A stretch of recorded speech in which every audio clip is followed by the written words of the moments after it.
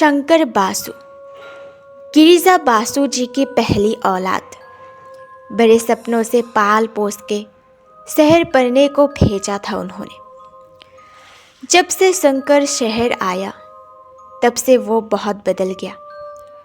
छोटे से गांव से आया एक सीधा साधा युवक शंकर, पर अब उसे कोई देखे तो पहचान भी ना सके। केवल उसकी वेशभूषा ही नहीं, रंग ढंग, बोलचाल, यहाँ तक कि उसने अपना नाम भी बदल डाला था। लोग उसे अब शैंकी के नाम से जानते थे। कॉलेज के कुछ हुरदंगई लड़कों के ग्रुप का नेता था वो। कहीं किसी को पीटना हो, छेड़छाड़ करनी हो, वो सबसे आगे रहता। लड़कियों के आगे इतना भोला बन जाता कि वो उसके जाल में फंस ही जाती। अभी उनकी बॉयज़ हॉस्टल के सामने गर्ल्स हॉस्टल में एक लड़की आई थी।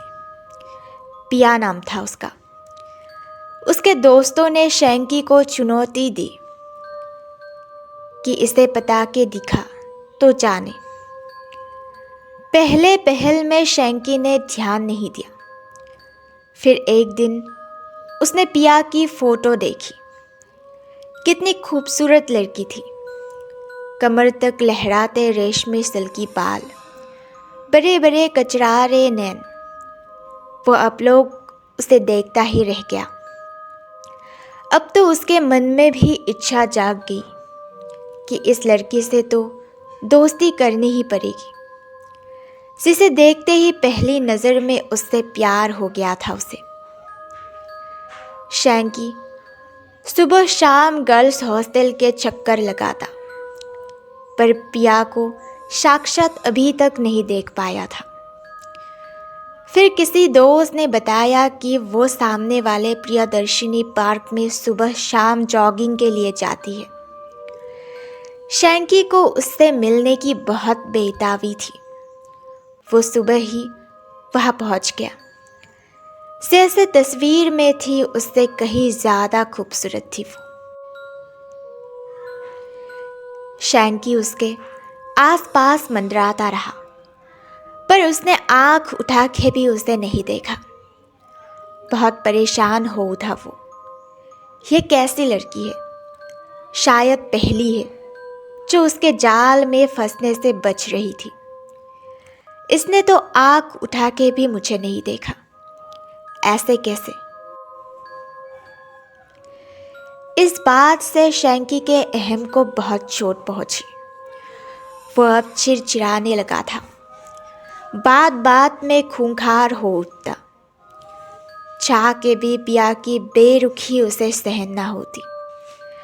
जितनी कोशिश करता उसे भुलाने की, वो और ज़्यादा दिमाग में आती। एक दिन हल्का शाम का धुंधलका छाने लगा था और वो पार्क में घूम रहा था कि पीछे से किसी आवाज़ ने उसके बढ़ते कदम को रोक दिए।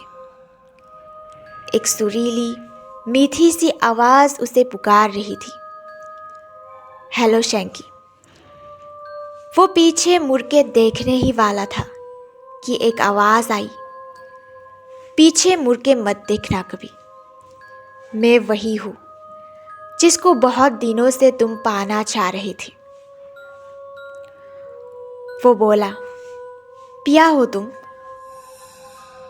वो सुरीली आवाज़ में हंसी, क्या बात है, दाद देनी पड़ेगी तुम्हारी, लेकिन ध्यान रखना कभी मुझे पीछे मुड़ के मत देखना।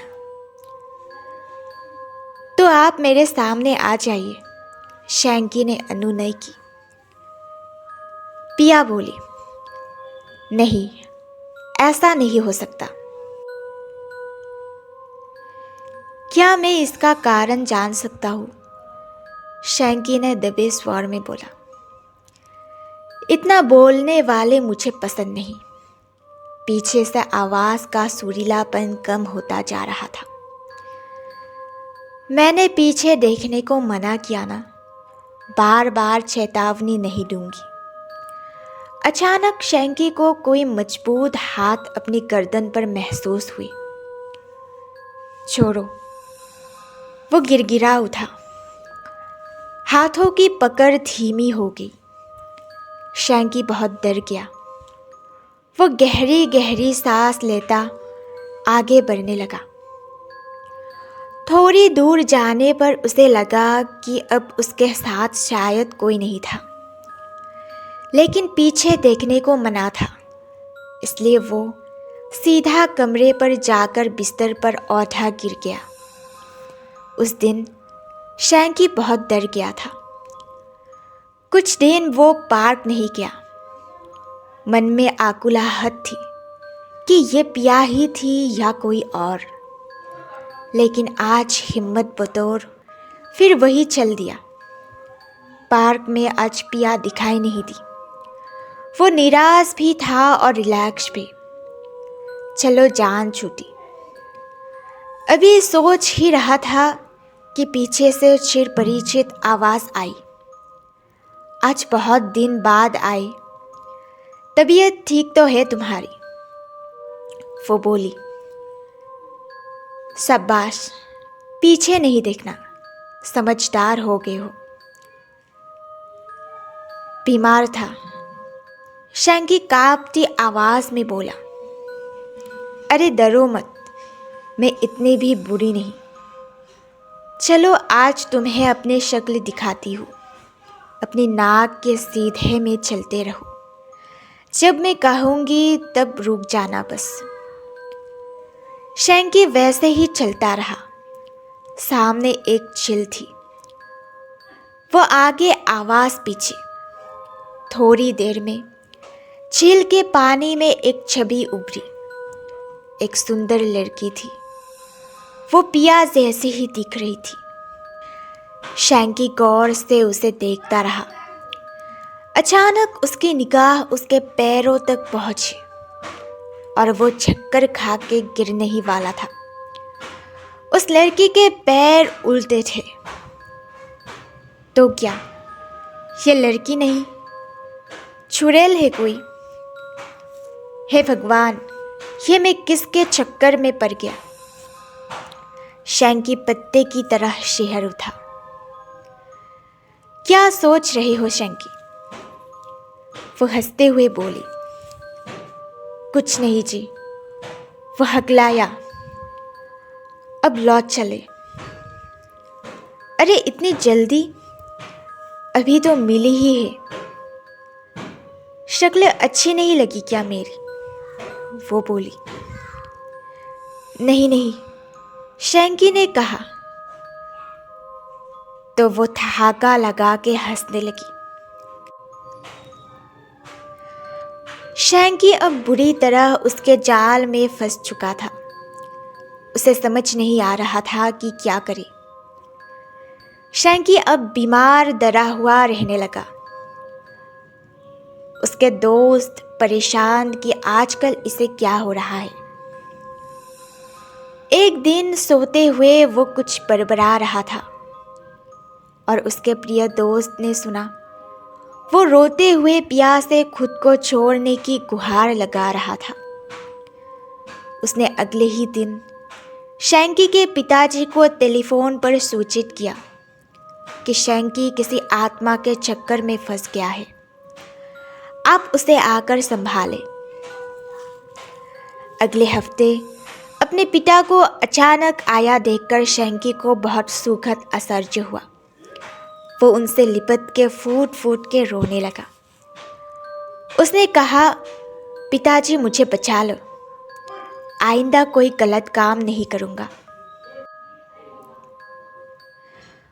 उसके पिता ने सारी बात सुनी, अपने मित्रों से इस बारे में परामर्श लिया और शैंकी को सारी योजना समझाई।